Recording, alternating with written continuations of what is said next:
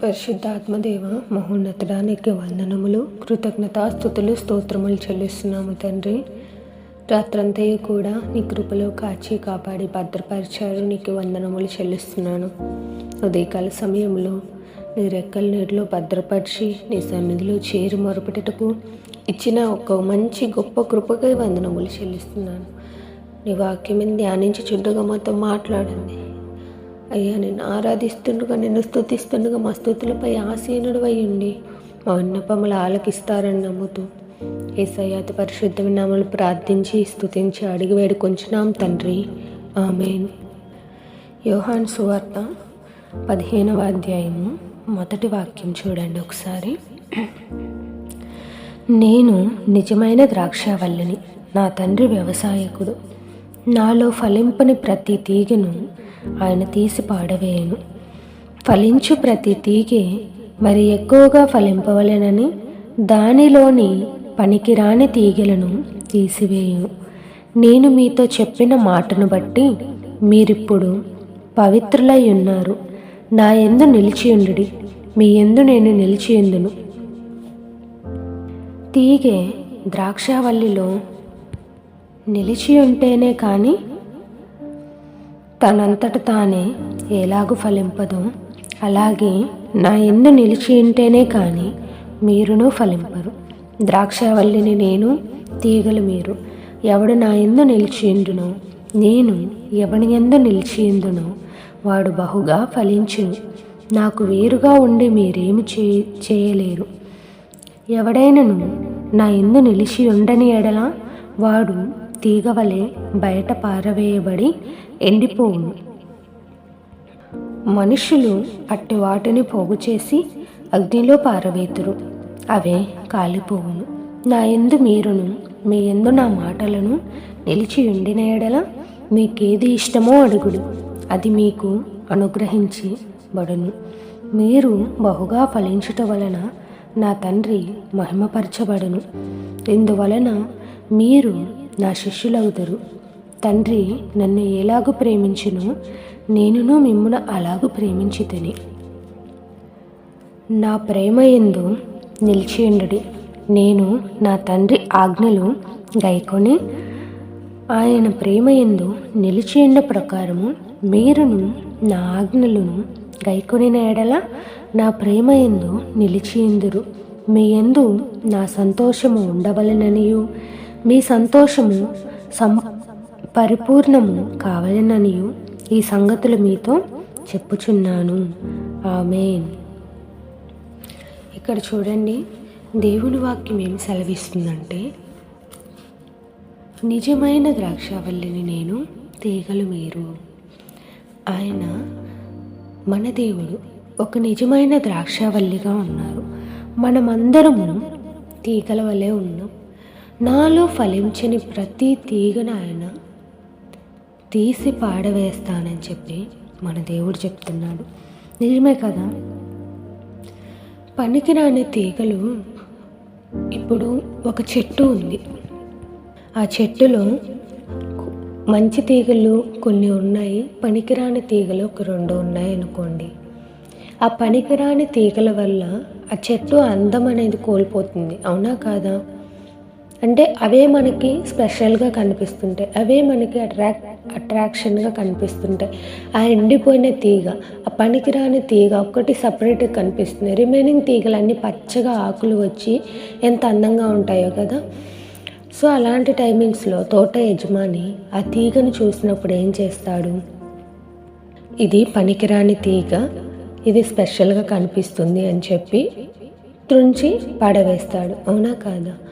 దేవుడు అదే అంటున్నాడు, నాలో ఫలింపని ప్రతి తీగను నేను త్రుంచి బయట పాడవేయుదును. దేవునిలో ఫలింపకపోతే, దేవుని ఆజ్ఞను బట్టి ఫలింపకపోతే, ఆయన చెప్పినట్టు మనం వినక ఆయన మార్గమునకు విరుద్ధముగా వెళుతూ ప్రతి విషయంలోనూ మనకు అనేకమైన ఆలోచనలతో, మన సొంత ఆలోచనలతో, మన సొంత నిర్ణయాలతో మనం ముందుకు వెళ్తూ దేవుణ్ణి మర్చిపోయి, దేవుని ఆజ్ఞలను మర్చిపోయి, దేవుడు మనకి ఏమి చేశాడు, మనకు ఏమి చేస్తున్నాడు అని మర్చిపోయి, దేవుని ఆలోచన చొప్పున కాకుండా నీ ఆలోచన చొప్పున, మన ఆలోచన చొప్పున మనం వెళ్ళినప్పుడు మన తీగ దేవునిలో ఒక ఫలింపని తీగలా కనిపిస్తుంది అన్నమాట. ఎప్పుడైతే ఆ తోట యజమానుడు దేవుడు వచ్చి ఆ తీగలు చూసినప్పుడు, ఇదిగో నాలో ఫలింపని ఈ తీగ ఉంది, దీన్ని నేనేం చేస్తానంటే త్రుంచి పడవేస్తాను అని చెప్తున్నాడు. నేను మీతో చెప్పిన మాటను బట్టి మీరిప్పుడు పవిత్రులై ఉన్నారు. నా యందు నిలిచియుండుడి, మీ యందు నేనును నిలిచియుండును. తీగె ద్రాక్షావల్లిలో నిలిచి ఉంటేనే కానీ తనంతట తాను ఎలాగూ ఫలింపదో, అలాగే నా యందు నిలిచి ఉంటేనే కానీ మీరును ఫలింపరు. ఆయన యందు నిలిచి ఉండమని దేవుడే చెప్తున్నాడు మనకి. నా యందు నిలిచి ఉండండి, నేను మీకు సలహా ఇస్తాను, నేను మీకు ఆలోచన ఇస్తాను, నేను ఏ విధంగా మిమ్మల్ని నడిపించాలో నేను మీకు బోధిస్తాను, నేను మీకు ఐడియాస్ ఇస్తాను. కానీ మీ సొంతమైన ఆలోచనలతో, మీ సొంతమైన నిర్ణయాలతో, సొంతమైన పాపముతో, ఆ కోరికలతో, ఆ ఇచ్చలతో కానీ మీరు నా నుండి దూరం అవ్వకండి అని చెప్పి దేవుడు చెప్తున్నాడు. ఇక్కడ మీరు నా యందు నిలిచి ఉండండి అని చెప్పి దేవుడు చెప్తున్నాడు. మీరు నా యందు నిలిచి ఉంటే, తీగ ద్రాక్షావల్లిలో నిలిచి ఉంటేనే ఫలిస్తుంది.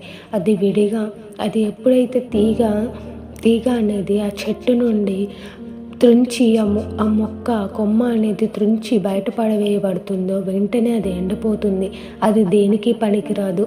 మనుషులు అదేం చేస్తారు, తీసుకెళ్ళి అగ్నిలో పడవేస్తారు. అవునా కాదా? అలానే మన జీవితం కూడా అంతే. మనము దేవుడిలో నిలిచి ఉన్నంత కాలం కూడా మనం పచ్చగా చిగురించి తోట వలె ఉంటాము, చిగురించి మొక్క వలె ఉంటాము, చిగురించి ఒక మంచి విత్తనముగా ఉంటాము. అనేక మందికి ఆశీర్వాదకరమైన ఒక మంచి విత్తనముగా కనిపిస్తాము, ఒక మంచి కొమ్మలా మనం కనిపిస్తాము, ఆశీర్వాదకరమైన ఫలించు కొమ్మలా మనం ఉంటాము. కానీ నువ్వు ఎప్పుడైతే దేవుని సన్నిధి నుండి, దేవుణ్ణి అంటుకట్టుకున్న ఆ మొక్క దేవుని సన్నిధి నుండి ఎప్పుడైతే దూరం అవుతుందో, ఎప్పుడైతే దేవుని ఆలోచనలు కాక సొంత ఆలోచనలు బేస్ చేసుకొని అది కొనసాగుతుందో, అప్పుడు అది ఆ కొమ్మ నుండి, ఆ చెట్టు నుండి, ద్రాక్షావల్లి నుండి దూరం అవ్వడానికి దానికి చాలా ఛాన్సెస్ ఉన్నాయి. ఇప్పుడు ద్రాక్షావల్లిలో తీగలన్నీ ఒకవైపుకి వెళ్తున్నాయి అనుకోండి, ఒక్క తీగ సపరేట్గా వెళ్తుంది, అంటే కింద నేల మీద ప్రాకుతుంది అనుకోండి. కానీ యజమానుడు వచ్చి ఆ తీగను ఏం చేశాడంటే మళ్ళీ యథాస్థాయికి పెట్టాడు. కానీ ఆ తీగ మరలా కిందే పడిపోతుంది. ఆ కింద పడడం వల్ల ఆ నేల మీద ఉండే ఎవ్రీథింగ్, మట్టి కానీ ఇవన్నీ అంటుకొని, ఆ ఆకులు కానీ, ఆ కొమ్మ కానీ అవన్నీ కూడా ఏమవుతుంది, కొంచెం మంచిగా కనిపించట్లేదు, పండ్లు సరిగ్గా ఉండవు, నేల మీద పడిపోయి ఉన్న మొక్కకి. సో అలాంటి టైమింగ్స్లో యజమాని ఏం చేస్తాడు, ఈ తీగ ఎంత అల్లించినా కానీ అది అల్లుకోదని చెప్పి దాని మార్గాన్ని అది చూస్ చేసుకుంది. కాబట్టి తోట యజమానుడు ఆ తీగను కట్ చేసి అగ్నిలో పడవేస్తాడు. కాబట్టి మనం అడుగుదాం దేవుణ్ణి, దేవా నీకు ఫలించిన ఒక తీగలా నేను ఉన్నానేమో, నన్ను క్షమించండి నాన్న, అయ్యా నన్ను మన్నించండి ఏసయ్యా, నీతో కలిసి అంటుకట్టబడాలి, నీతో కలిసి నేను ఎదగాలి, నీ ఆలోచనలు కలిగి నేను జీవించాలి ప్రభువా, నేను నిన్ను ప్రేమిస్తూ ముందుకు వెళ్ళాలి, నీ ఆలోచనలు నాకు దయచేయి ప్రభువా అని మనము అడుగుతూ ముందుకు వెళ్దాం. ప్రార్థన చేసుకుందాం. తండ్రి అయిన అబ్రహాము దేవా, ఇస్సాకు దేవా, యాకోబు దేవా, మాట ఇస్తే మాట తప్పని వాడానికి కృతజ్ఞతాస్తుతులు స్తోత్రములు చెల్లిస్తున్నాం ప్రభువా. అవును, మీరు మాతో మాట్లాడిన విధముగా తండ్రి నాన్న, తీగ ద్రాక్షావల్లిలో ఫలిస్తేనే కానీ అది అంటుకట్టపడదు.